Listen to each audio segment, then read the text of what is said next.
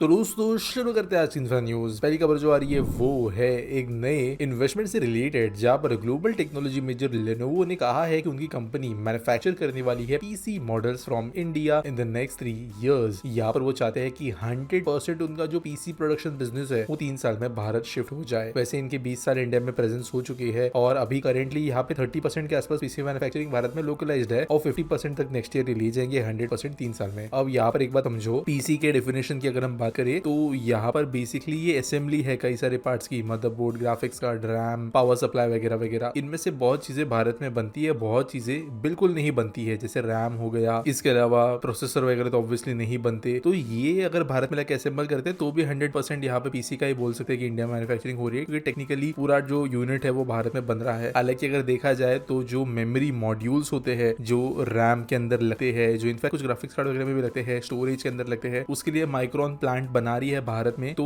ये भी लोकलाइज धीरे धीरे होगा, लेकिन 100% यहाँ पे कहना कहीं ना कहीं गलत होगा, लेकिन फिर भी यहाँ पर इसका जैसे बड़ा जनरेशन होगा एम्प्लॉयमेंट का। अगली खबर दोस्तों जो आ रही है वो है गुजरात गवर्नमेंट के गिफ्ट सिटी से, जहाँ पर सेंटर बहुत ज्यादा टॉप प्रायोरिटी दे रही है इस मेट्रो को। हालांकि आप सब जानते ही होंगे कि गुजरात को सेंट्रल गवर्नमेंट से एक स्पेशल प्रेफरेंस मिलता ही है प्रोजेक्ट के अंदर, और 7.5 किलोमीटर का गिफ्ट सिटी मेट्रो जो है इसका अप्रूवल जल्दी आएगा, ऐसी खबरें मिल रही है। जहां पर तकरीबन 2000 करोड़ से ज्यादा का ओवरऑल जो गुजरात का फेज 2 है मेट्रो एक्सपांशन का वो अप्रूव होने वाला है। करेंटली 28,000 लोग गिफ्ट सिटी में काम कर रहे हैं और Ahmedabad to Gandhinagar to GIFT के बॉर्डर तक मेट्रो ऑलरेडी ऑपरेशनल है। अभी यहाँ पर आगे मेट्रो बनाई जानी है जो गिफ्ट सिटी के अंदर जाएगी, अराउंड 7.5 किलोमीटर लंबी, जिसकी वजह से कई सारे लोग जो अभी डिपेंडेंट है गिफ्ट सिटी के अंदर जाने के लिए अपनी गाड़ियों पे, टैक्सीज पे ये जा पाएंगे। ये बहुत बड़ी बात होगी। एक मेट्रो जो है हजारों लोगों को हर घंटे अंदर बाहर कर सकती है, जिसके कारण ऑफिस खोलना ज्यादा फीजिबल बन जाएगा। कोई अगर बिजनेस खोलता है दुकान वगैरह टाइप का तो वो ज्यादा यहाँ पे चलेगी, लोग ज्यादा आएंगे। तो ये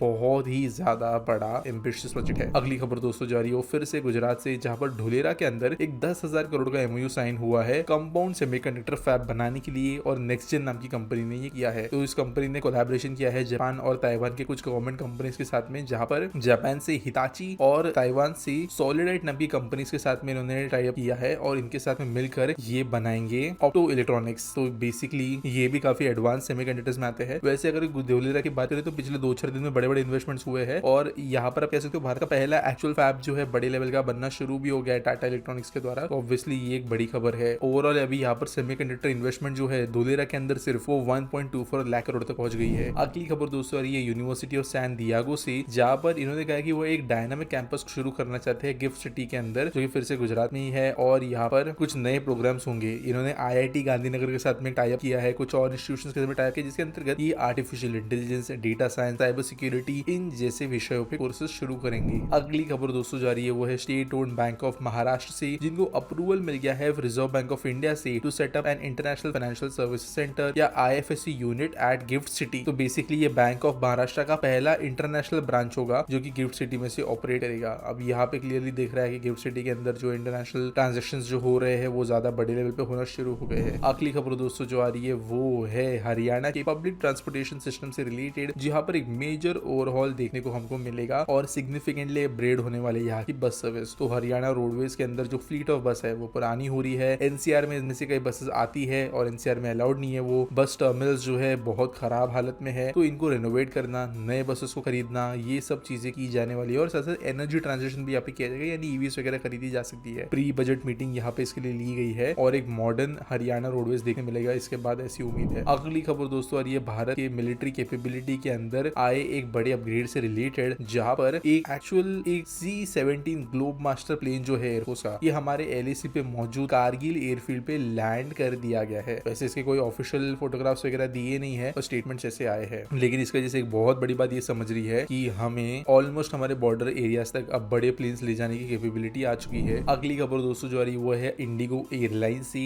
जिन्होंने non stop international long haul flights में भी एंट्री ले ली है और शुरू की है 2 flights, to one Manchester and second to Amsterdam. तो वैसे ये शुरू नहीं हुई है, अनाउंस हुई है जुलाई 2025 में ये सर्विसेज शुरू होगी और इसकी वजह से ये 23 वीकली सर्विसेज जो है दोनों यूरोपियन शहरों से भारत के बीच में चलाएंगे। आज के आस्पिटी सवाल के बारे में बात करिए तो प्रांजल सचिन पूछते हैं, why don't we or any other country has hawker centres like Singapore, why don't we solve so many our problems, you have to answer this question please. देखो यार, जो हॉकर का इशू है ना, ये अदर कंट्री के पर्सपेक्टिव में अगर मैं देखूं, यूरोपियन अमेरिकन कंट्रीज, इंसेंटिव तो वो ज्यादा एग्जिस्ट ही नहीं करता। वहां पर हॉकिंग वेंडिंग बहुत ज्यादा लोकल होता है, किसी मेले के अंदर लग जाते हैं, थीम पार्क्स में लग जाते हैं, बहुत बिजी टूरिस्ट एरियाज में बहुत कम संख्या में आपको देखने मिलते हैं। सिंगापुर के अंदर जो है ये सिमिलर चीज है, वहां पे हॉकिंग जो है वो मजबूरी से ज्यादा एक प्रॉपर बिजनेस होता है, तो वहां पे हॉकर सेंटर्स गवर्नमेंट बनाकर उनको कंट्रोल भी करती है। भारत में हॉकिंग, और भारत ही नहीं, अगर मैं अफ्रीकन कंट्रीज की बात करूँ, कुछ और साउथ एशियन कंट्रीज की बात करूँ, हॉकिंग यहाँ पर नीड ऑफ लाइवलीहुड बन जाता है। कई लोग जो है हॉकिंग इसलिए करते हैं क्योंकि उनके पास में कोई दूसरी जॉब नहीं, जॉब है तो एजुकेशन नहीं, गरीबी बहुत ज्यादा है, और लोग भी जो है उतने ही गरीब है। कुछ लोग जो उनसे खरीद भी रहे हैं वो उनसे सिर्फ कुछ लेवल ऊपर के ही होते हैं, तो उनको भी स्ट्रीट लेवल पे ही चीजें खरीदना, खाना पीना, ये सब चीजें जो है ज्यादा अफोर्डेबल बन जाती है। और साथ साथ हमारे देश के अंदर एक माफिया भी बन गया है बड़े शहरों के अंदर, जो हॉकिंग स्पेसेस जो है लुकआउट, जो हॉकिंग स्पेसेस जो है वो लीज आउट करता है, यानी कि अब दिन का 50, 100, 200 से लेके हजारों तक भी ये रेट जाते हैं डिपेंडिंग ऑन डिफरेंट स्पॉट्स। ये इलीगली जो है वो लीज आउट करते हैं फुटपाथ पे, ब्रिजेस पे, स्टेशन के पास में, और इससे वो अपना जो है पैसा कमाते हैं, और यहाँ ज्यादातर ये पॉलिटिशियंस ही होते हैं। तो इसके वजह से यहाँ पर एक मल्टी लेयर ऑफ इंसेंटिव बन गया है। गरीब को रोजगार मिल जाता है, जो